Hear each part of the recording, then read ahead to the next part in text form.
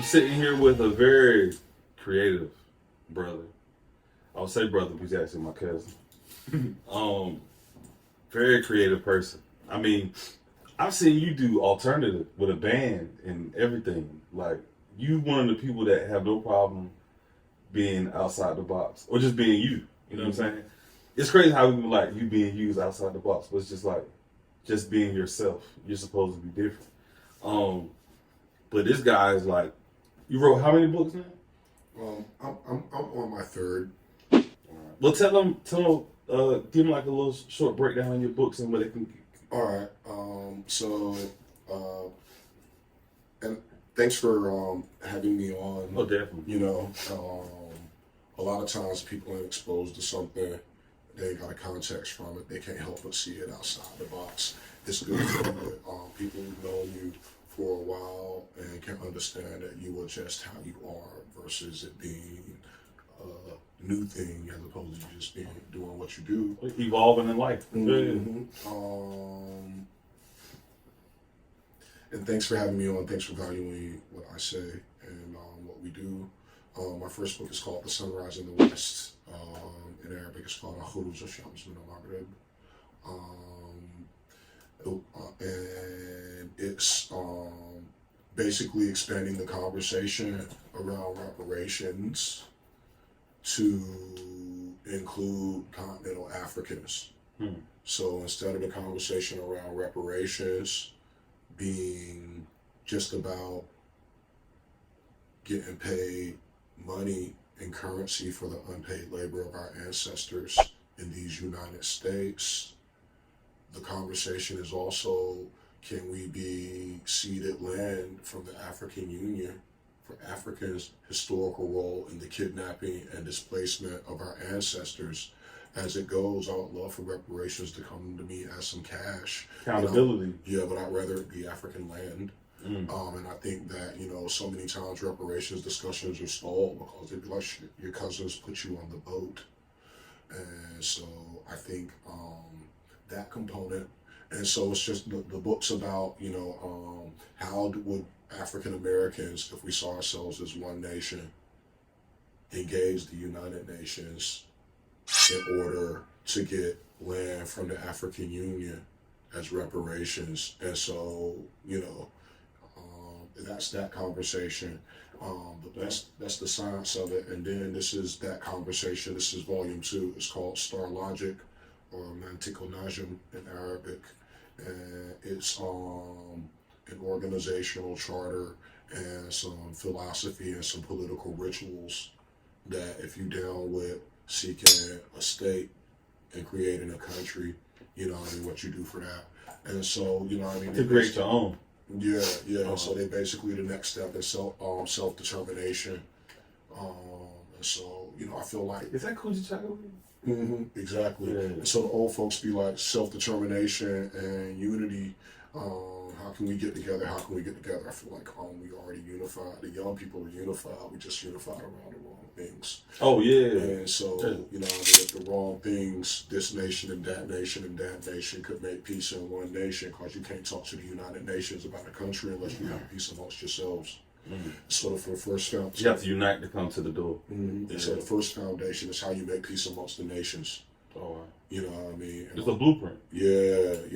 And then once you make peace amongst the nations and form a single nation, then you go to the United Nations, and then the United Nations give you a nation state.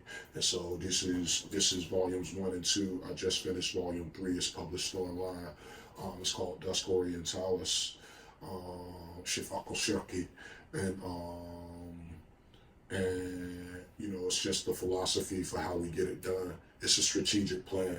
Like strategic planning is like intergenerational planning, like how a government plan on making sure its agenda gets done 50 years ahead. And so black people in America ain't never had time to sit and do strategic planning for ourselves. We've always been part of somebody. I feel strategic. like COVID did that. Yeah, and so like people start thinking like real heavy when they have to go to work. Oh no, this is the purpose of all the sets. No, I'm just saying like that thought. Oh yeah. Like I feel like when people, like an example of that thought was when people didn't have to, when they was in not survival mode. Oh yeah. Just sit down for a second and really think. Oh yeah, yeah, yeah. You know, the major game is to have people, you know, I mean, chasing food, clothing, and shelter to the point that they can't plan a better future for their 100%. kids. And so this is, And that kind of ties into like what we're gonna talk about, kind of like mental health. Like that's the topic. Like mental health is the topic. Like to be in survival mode, how could you even address it if you got to pay your bills? Do you even have time to address? It's more so like I remember when we was coming up, a big part of things like whenever you was going through something, and I don't want to generalize like you gonna agree with everything I say, but I just remember like everything was get up, keep it moving, you be all right. You know what I'm saying? Like it was never like what's going on? Are you okay? Like I feel like the whole thing of when I was young was it was almost even like even though he wasn't black, like life was like a Rocky movie. It was like how much can you get hit and just keep moving forward? It was like that was like the representation of tough is how much could you endure? Well, you know, everybody ain't got the time or the intelligence to think about certain things, and so it's often about cultivating an intelligentsia or a group of people who can think about the things, a trusted party who can think about the things that you ain't got time to think about, that you can't think about, you know what I mean, and then can represent your interests in levels that you might not access or you might not even want to be in, you know. And how could that, well, I guess to a certain extent, like we think about mental health, you would almost think about like government programs. Like them to think that okay, these people are dealing like right now.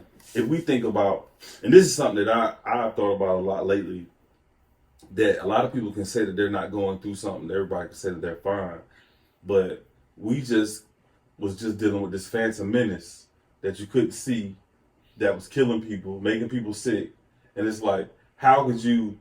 And we seen something that happened like in my lifetime I ain't never seen before. Like that's the devil. That's always there. Yeah, but I'm just saying the shutdown, like when everything shut down and everything stopped. Like for me to see this for the first time in my life and still to be living in it and still be hearing how people are still catching it, like mentally, like mental health wise, how can I pretend like something ain't on me? Like that was big. Like whether we want to claim it or not, that was a lot going on. Well, I feel like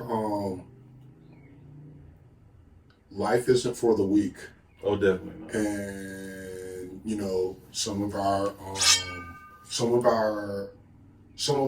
situations have not allowed for us to express the vulnerabilities that come along with a mental health diagnosis. And in our communities, these notions of toughness or masculinity or manhood have lent themselves to a cultivation of psychosis under the guise of maleness.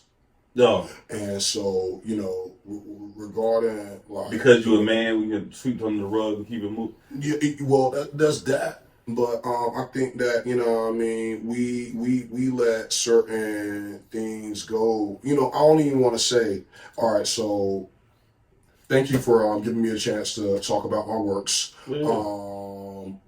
In a conversation about mental health, and so we're having a conversation about mental health in the Black community in particular. Yeah. So we Black, so I think it's easy for us to speak on that. All right. I think the issue with mental health in the Black community is that, you know, I don't want to be cliche and say it's a stigma associated with it, but I think that we have to be very careful about commentaries coming from people from outside the Black community, and also our commentaries from inside the Black community to people outside the community about mental health. Because 100 years ago, what we would be considering mental health would be spiritual crises or demonic engagements or something.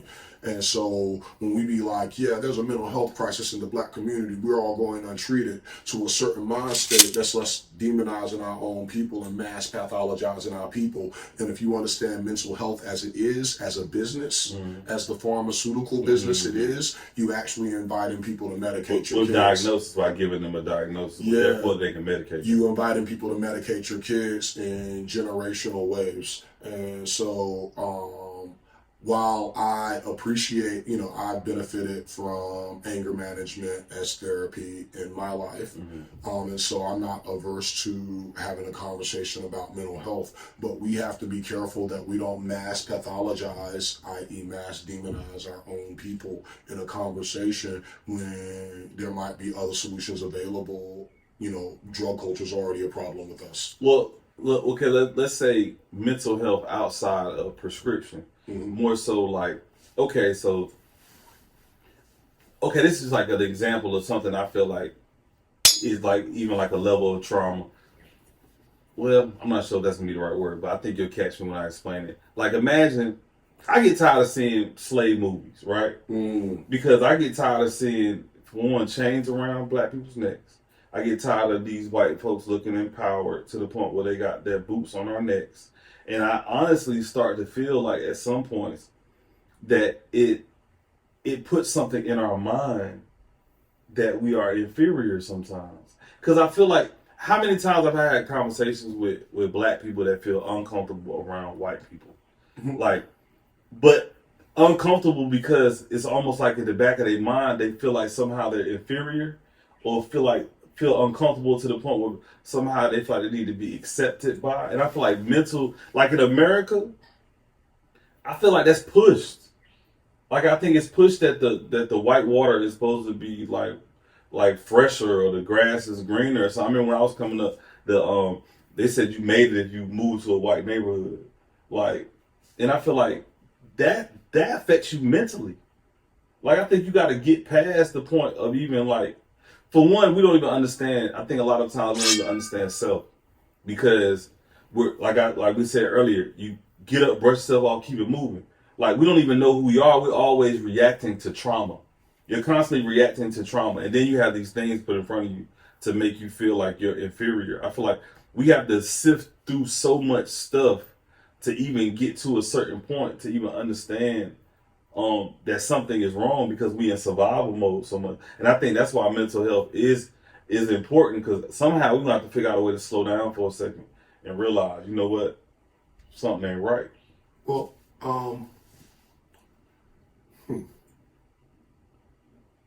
that's a lot. That's a whole lot. I think that and I might have went on a tangent a little bit. Well, but it's just something that bothers me, and I feel like it created a viewpoint, and I feel like mentally it plays a part. It messes with you. It makes you think that. Think about this. Well, hold on. Are you interviewing me, or what are we doing right now? This conversation. Okay.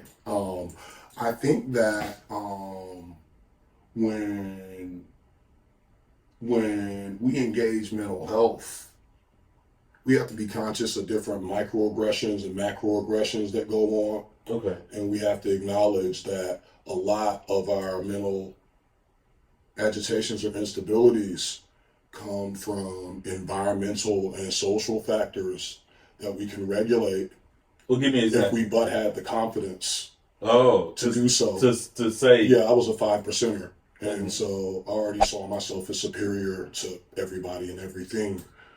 Having recognized that I'm not the Most High, nobody can really act like they're better than me.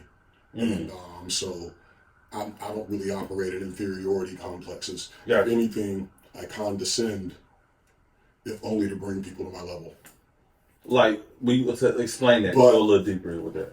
Well, I mean, when you say you condescend to bring people up to your level, to condescend, does that mean to talk down to? No, that means condensation is when water comes down from the sky. Right? Gotcha. If it condenses on your ceiling, then it come down on you. Gotcha. And so to condescend sometimes has a negative connotation, but the purpose for the condensation, if it's to bring somebody up the level, mediates the cause of it. Is it like to spark something? Well, like I said, if the issue is inferiority complexes I think that it's that pushed people I think it's pushed out here that in the people got. world. You Yeah. know, I think that a grand thing that the American Muslims did for us was say that you, black man, are God, and that the people who you feel you are inferior to are in actuality but a creation of your science that you've forgotten. Mm. And so, Well, I always did feel like the Muslim faith was more so to. I feel like it was a black faith. I felt like it to me personally. I always felt like it's something that represents to lift men up. Like I always, the Muslims I was always around as a kid, they always had a different sense of self. They always knew more information when it came to their history, and I think that's why I looked at it like that. But I think, well, if we want to look at that from a mental health point of view, when it comes to religion, that means that will actually give you a better perception of self. How do you correct an inferiority complex with somebody who's dealing with the psychosocial trauma of 1,000 years? I can't go into your subconscious and pull a beating out of you. I can't go into your subconscious and pull a trauma out of you. But I can tell you that the trauma that you experienced is because the people who would traumatize you do not realize how great you are, or if they do, they would rather suppress it than let you realize it. Or they fear you. And I mean, life isn't for the weak, but again, you know, when we talk about mental health in the black community, you know, most humans in general, especially people who are living under, you know, the history of slavery, have inferiority complexes, and they don't, and you know, they might, I see it because I be with the people, I be with the shits, and I see the people when they with the shits, and they always looking at the floor, they letting people talk down to them and stuff, and it's like their posture. Well, I mean, like your body language tells a lot. Exactly, but you know, anyone can adopt a posture, but what puts the confidence of God in you? To believe. That's that. But again, if you want to correct an inferiority complex or even a subordinated impulse, then you have to tell somebody that they're better. You have to show someone you have to be better than the trauma that has them acting in a lesser fashion. So many times we don't achieve justice for the wrongs that have been done to us. If a woman has been sexually assaulted and you don't smoke her rapist, you ain't corrected her trauma. He's still out there. Yeah, and so, you know, the issue with African Americans is that we received intergenerational trauma. There's been no justice, and the people can do anything to you without any retribution. That means you're inferior to them. And so that has us feeling like we're inferior because we live in a society that's constantly saturating us with images of oppression, black people getting shot on TV and shit. That's what I'm saying. And then, you know, I mean, you walk around feeling like you less than. Because you think that it's interpreted from the world around you. It's almost like this is a fact and this is why. I mean, that's actually real. But I mean, at what point could you even correct that? And if so, how would you?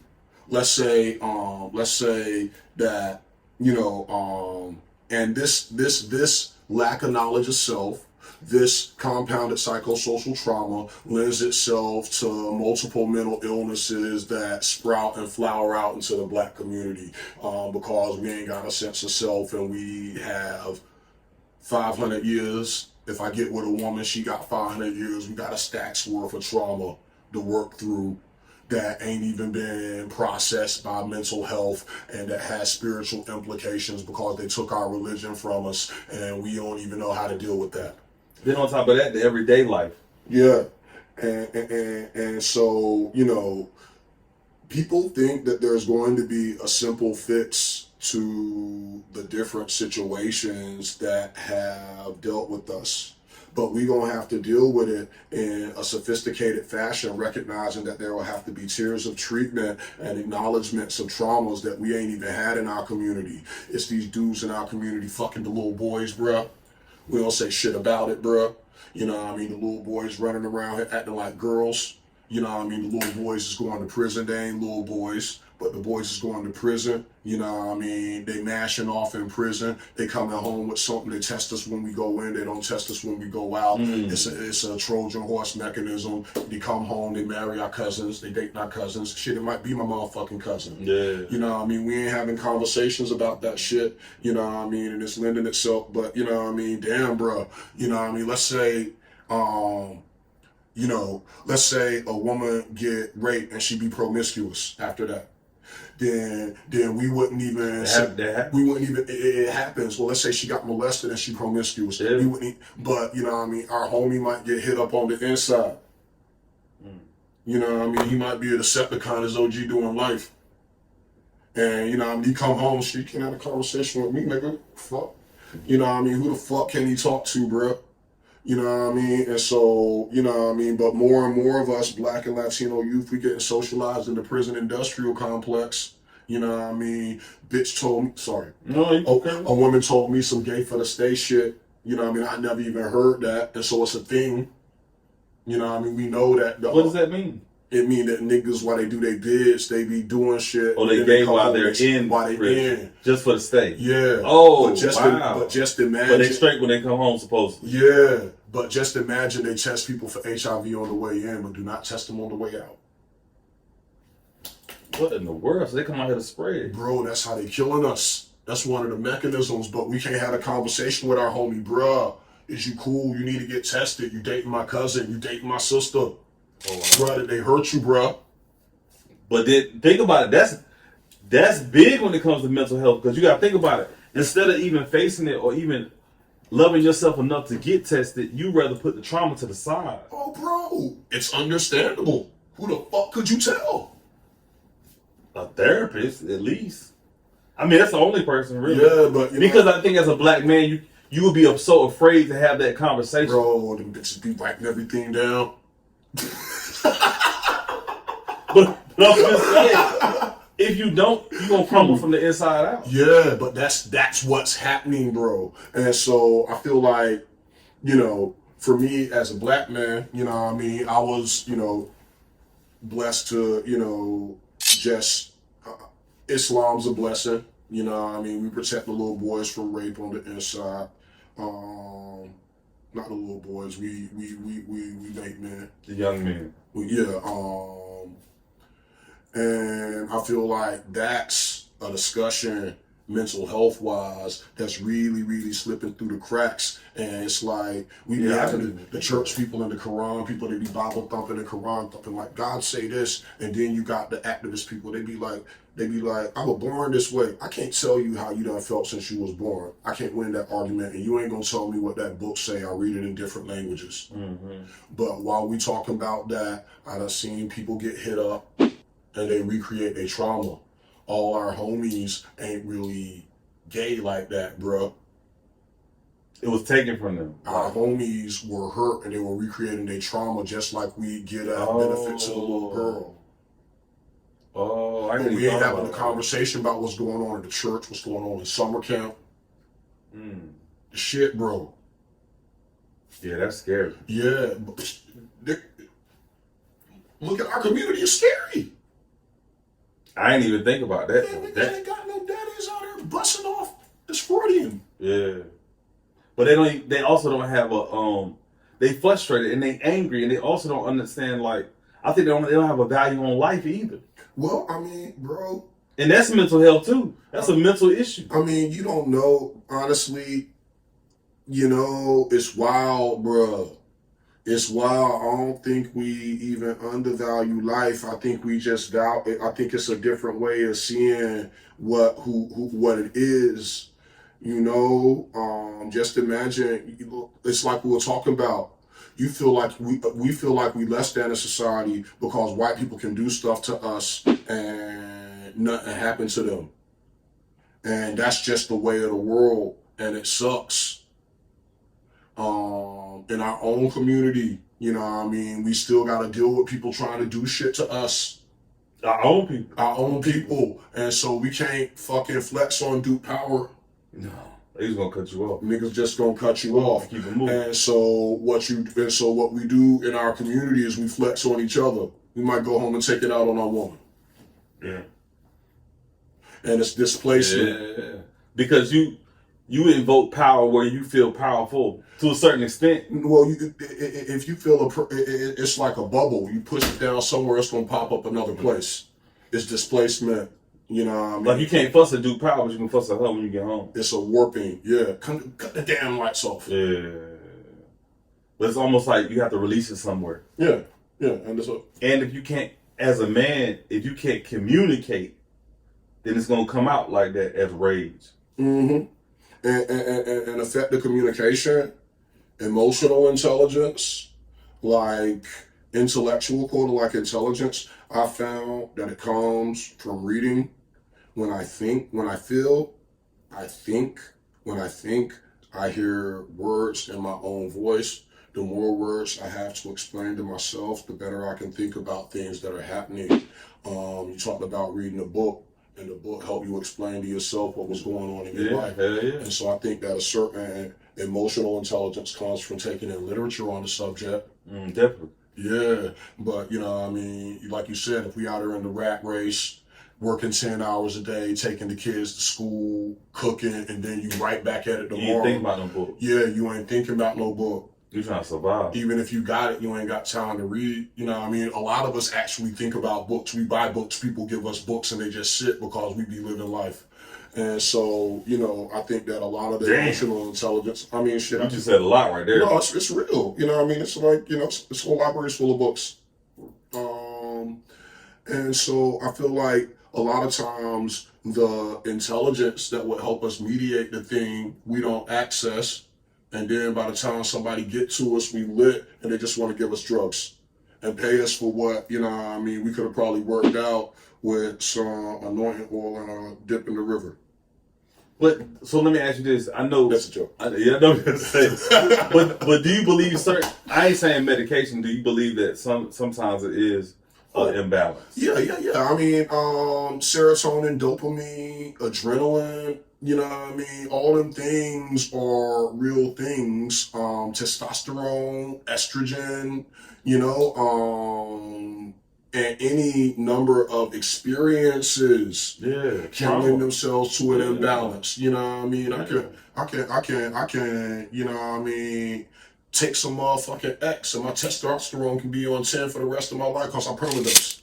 Oh, wow. What is permadose? Permadose meaning your dosage had a permanent impact instead of just metabolizing out. It didn't. It just stayed there. And so your neurons stay firing, synapses. It's like a thing with psychedelics too.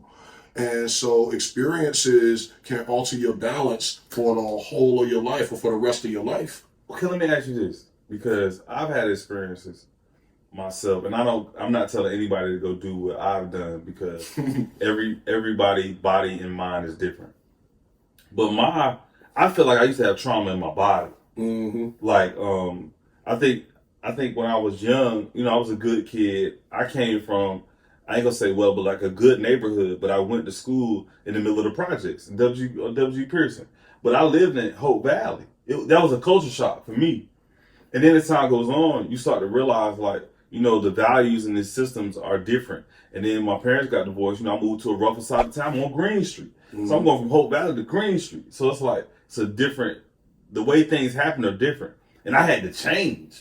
It's like the world around me changed me. And it's like, I feel like as time went on, because that wasn't my core, I had to develop calluses. Yeah. And it's like, but it's also like trauma because it's like, this is not really me though. You know what I'm saying? So it's like, I felt, and like when it came to like confrontation, I used to feel unstable because it's like, I feel like I have to like, and I'm also diagnosed with bipolar disorder. But when I get angry, I used to feel like really unstable to the point where when I got older, I'm talking about like maybe a couple of years ago, I started using mushrooms. Like I don't even like me personally, I don't even like marijuana. Mm-hmm. I like mushrooms. Mm-hmm. Like I could do mushrooms like bro once a week or whatever. But what I'm trying to say is I know I went on a tangent. No, I hear you. The trauma started leaving my body. Mm-hmm. The remembrance of the trauma, like we can get into a confrontation with somebody and I can remember how I used to feel, but I can like, but I don't feel that way.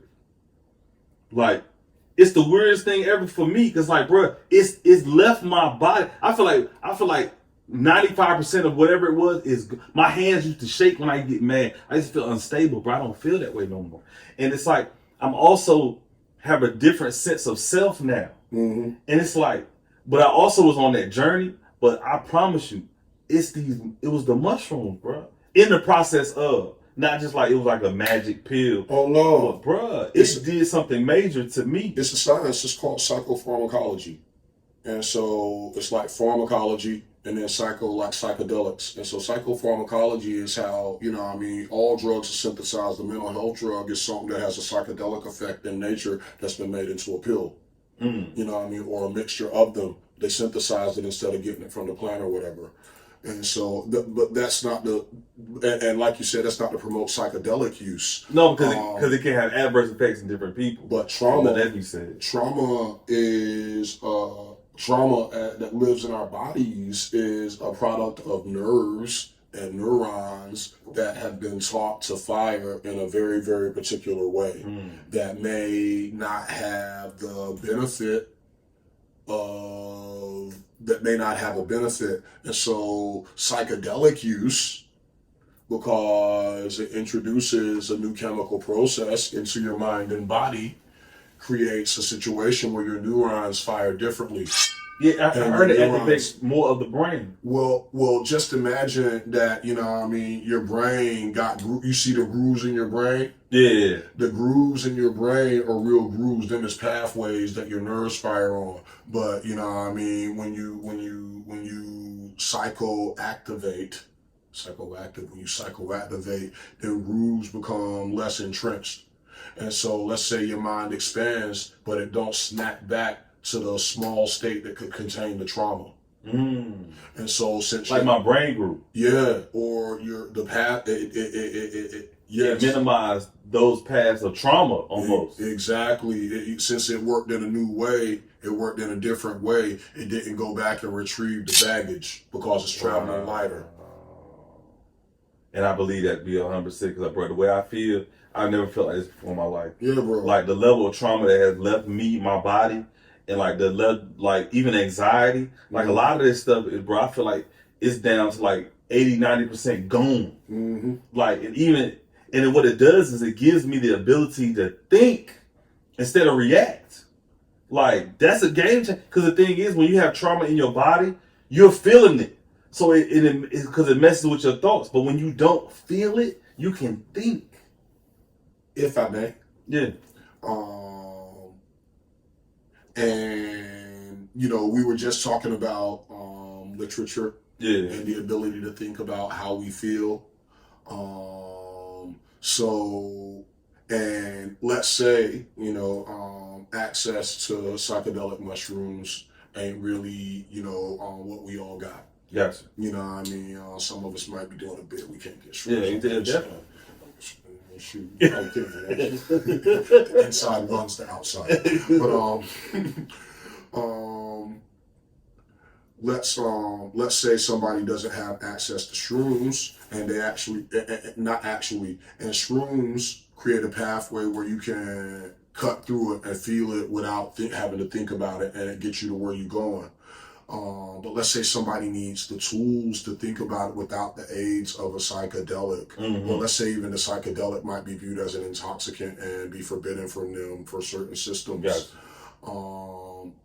I think that, again, like, let's say, and I'm gonna talk to you in your language. I'm no counselor, but I listen. Yeah. And I try to think about what people are saying and then respond. When you say, I used to feel unstable, let's say unstable is a word that's been given to you, but how you feel is actually a reflection of very particular experiences that if you thought about what experiences you would put in the place of the unstable, you would be dealing with your problems differently. You would be thinking about what's causing the feeling as opposed to the feeling. So is that based on my limited knowledge? I interpret what I'm going through only with the level of knowledge that I have. Well, that's possible, but maybe it's not even a limited knowledge, but maybe just the way you think about it. Instead My of perception being of like, it. just like, damn, I'm mad. And then, and once you mad, be like, what am I mad about? And then you be like, shit, how can I change it? Mm. And so instead of just walking around mad, you get to a place where, you're working on it. And that place that you're working on it becomes the instantaneous place you get to instead of the frustration and feeling unstable. Oh, gotcha. No, 100%. But I also feel like too breaking down. Okay, so another thing I do when it comes to my own mental health. And that's not me. That's from an anger management course that Oh I no, had no, to I take get what you're for saying, but what I'm saying me. is like one thing I realized for myself is things are a symptom of a deeper situation. Oh yeah. Indeed. So if I'm even when I say this, like everybody always says I never feel that way. So even the feeling like, say if I felt like I was jealous or somebody had something that I want, like damn, he got all these women and he's all in shape and this and the third, and I feel like damn, I wish I had, like that thought is just a sign. It's not that I'm a bad person or like a hater or nothing like that. I want to be in shape. And the fact that I'm not doing it, and the fact that I'm not putting toward this effort, and I should be, and I'm capable of it, then I see an issue. But that's the only thing it is. It's an indication. So the way I look at life now is when I feel certain ways about situations, instead of me thinking that this situation is it, no. It's an underlying reason why I'm even feeling any of this. Mm-hmm. And I think that for me has changed my life. Mm-hmm. I'm angry at you because you said this and the third. Well, I gotta think, why do I care so much? Mm-hmm. What is it about this person? Why do I have to feel like why do I have to win this argument? Mm-hmm. What is it about my self-esteem that I can't walk away and it doesn't matter? Mm-hmm. That's a self-esteem issue. Like, I think so looking at stuff like the deeper issue has helped me with, like, I'm talking about my mental health. Mm-hmm. For real. Because you really get to the point where a lot of stuff don't matter. Mm-hmm. A lot of stuff is not important. And you needed it to be important, because if you got to win every battle with every person, it's a deeper issue. Oh yeah, you're trying to compensate for something. No, you might just be a motherfucking winner. Well, I mean, might be batting 1,000, but maybe, but if you're actually losing, you can get 6 rings, bro. Yeah, 100. No, I get that, but I'm saying the need to. Let's say we having just a friendly debate and we just talking. Like, it can get to a point we can agree to disagree. But if I gotta argue you down and raise my voice and get all bent out of shape, at the end of the day, I can't control you and what you think. And you know what? It's okay for you to think exactly how you think, because I'm firm in what I believe and what I think. And if I'm okay with that, why do I need to control you? My need to control you is coming from something deeper. It's a deeper issue there.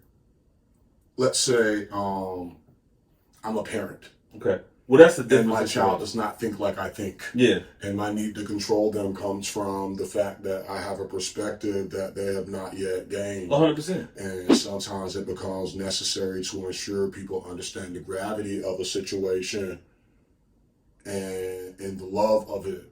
And sometimes the not letting it go to make sure they get it be how you show the love. Cause it says that it will be a worse thing if God did not punish you and he did not care. And so sometimes we got to, and with our people, bro, we agree to disagree and we be like, fuck it. But with our people, another thing is we are so quick to let something go. Like in my life, coming up, we might not have a crib, and so we got evicted. But being evicted made me realize that I could always rebuild. Yeah. But you know what it looks like. But in my relationships, it made me quick to just, be like, hey, whatever, bro. There's another one over there, bro. You know what I mean? And I didn't realize that was a product of me mediating trauma, undervaluing things, and I let things go. Gotcha. That you should have held on to. That we should have held on to. And one thing we don't do in our communities, we don't institution build. Break that down a little bit more. Bro, sometimes the thing that's going on, the thing that you got, the fact that we cousins, more important than any disagreement we could ever have. But, you know what I mean? And we know that. But let's say as a community, we want to build a school. Okay. A school without all the, you know what I mean, let's say we want to build an all-black prep school. Gotcha. And make, you know what I Around mean? our history and Yeah. our to uplift and make us feel good about ourselves. Let's say we want to make an all-black prep school. But, you know, we got competing educational philosophies. Some people want to do the Greek thing. Some people want to do the Afrocentric thing. Some people want to do the UN thing. Some people want to do the Montessori thing. And so we got all these competing intelligences, and they all siloed. You see us together at Kwanzaa, and then we back at the other thing. But we got all these resources. Yeah. But we ain't built nary black private prep school yet. Well, let me ask you this. After it being illegal to read, all these Greek letter organizations, all these Afrocentric things, we ain't got a single black private prep school. And it's because What about the guy he posed at open one? Well, what's his name? Let's not get. But I sometimes think. But I thought that's what he was working on. Well, I sometimes think that they let people go out there and fuck it up, so that when you really be about doing it, so when you really about doing it, you know what I mean, somebody else done already, you know what I mean, blew their load. But that's a situation that actually goes back to what I was saying about. Think about it. If we all have all these resources, but everybody wants to do something different, would it be better instead of one person arguing everybody down and then not working out, or try to figure out a common ground? And to a certain extent, I gotta let some of it go for the higher purpose. That's our problem in our community. We don't let expertise carry the day. We think our power comes from having a democracy and everybody having an opinion, when in actuality, power comes from a concentrated group of individuals using expertise to execute a function. And so we think power coming from having too many cooks in the kitchen, when that just make the meal slow. It's too much going on. And so but that's how we got our power. In America, we got our power from getting together and voting. But you know what I mean, it's like we think, and this is going to be kind of roundabout, but you'll get what I'm saying. Or I'm saying short smash. We doing it, bro. We doing it, bro. We supposed to be doing this shit here, bro. But so the notion of democracy, bruh, is a colonizing principle. You know what I mean? The French had a king. They went crazy. They killed their king. They had a revolution, the French Revolution. Mm-hmm. After they had the revolution, they went around colonizing the rest of the world. They went to Africa. They killed all the African kings. After decolonization, they was like, all right, you got a democracy. But, you know what I mean? That won't never our mode of government. Our people don't even fucking vote. We want a council of elders, a trusted party to make decisions in our interests. And so, you know what I mean, our notion of where power comes from and how governance should be operated and orchestrated is really part of the colonization of our mind, like it was part of the colonization of our people. It's division. Yeah. We be having... It's based on division. We have chiefs and stuff. We have chiefs. We have priests. You know what I mean, in our traditional mode. And a chief is somebody who you can trust to handle the political shit. We got a chief for that. The chief go chief. You know what I mean? We ain't got a motherfucking vote on it. As a matter of fact, we don't give a fuck about that shit. Yeah. So we trust in the fact that your expertise. We can trust in the fact. So we found the right person for that position. Exactly. If it's some spiritual thing, we got a priest for that. You know what I mean? It ain't a conglomeration of everybody's opinion when y'all God's children. You know what I mean? But, you know what I mean, in our community, since our power in the 60s came from democracy, you know what I mean? We think that we should agree to disagree instead of agreeing on what the best thing is according to a standard of criteria of real intelligence. And that's part of they shit that they throw in our shit, so we can never get anything done. It's the miseducation of Negro. We're too busy arguing with each other. We're too busy arguing instead of saying, all right, this dude know what he's talking about. Let that dude talk about it. We're going to take notes and we're going to get it done according to this plan. As a matter of fact, we ain't even had a chance to even sit down and think about that shit like that, because we've been in the grind while he been over there studying some shit. I wonder if he done figured some shit out that I could never figure out because I've been in the grind. We got to trust them, though. Hey, you know, it's hard to trust somebody when you don't trust yourself. But I'm gonna wrap it up because Them people It's don't just trust their actually- people. Them people do not trust their people. They recognize that their people are going to operate in their interest. The people who operate in their interest are the least scrupulous people ever, but they getting it done. Hold on, well, from whose perspective are you saying that? From us or them? So just say, another party. let's say you're talking about strategic planning in order to ensure the perpetuation of a nation. That's not trustworthy shit. That's espionage. That's on a high level. And so when you're talking about engage in community interests, engage in politics, engage in crime, the underworld, Yeah. it ain't necessarily about trust, it's about capability. You're going to send somebody you trust to fight Saddam Hussein, or you're going to send somebody with the skills. With the skills. So they ain't nothing to argue about. Yeah, that's that. You know what I mean? They throw shit in the game so they can operate at a high level while you down here trying to figure some ethics out. And argue. But tell them again where they can find your books again. Oh, all right. Well, so we about to take this somewhere else. So tell them where you can find your stuff. This is right. Because I want to keep going, but I know it's a whole different subject. Oh, but yeah. I'm going to keep that up there, though. Yeah. Well, all right. So, the sunrise in the west. My government name. My cousin calls me Solomon. My pen name is Solayman Idris. That's Solayman Idris. My book is called The Sunrise in the West and Star Logic. The other one is called Dusk Orientalis. They can be found on Amazon, or if you want to cut out the middleman and come directly to me, my publishing company is called Lumifont Scriptorium, like Lumi, light, font, like a fountain, but also a script, enlightened script. And that is LUMIFONT, www.lumifont.com. Thank you for rocking with us, and God bless. Appreciate you, man. That's what's up.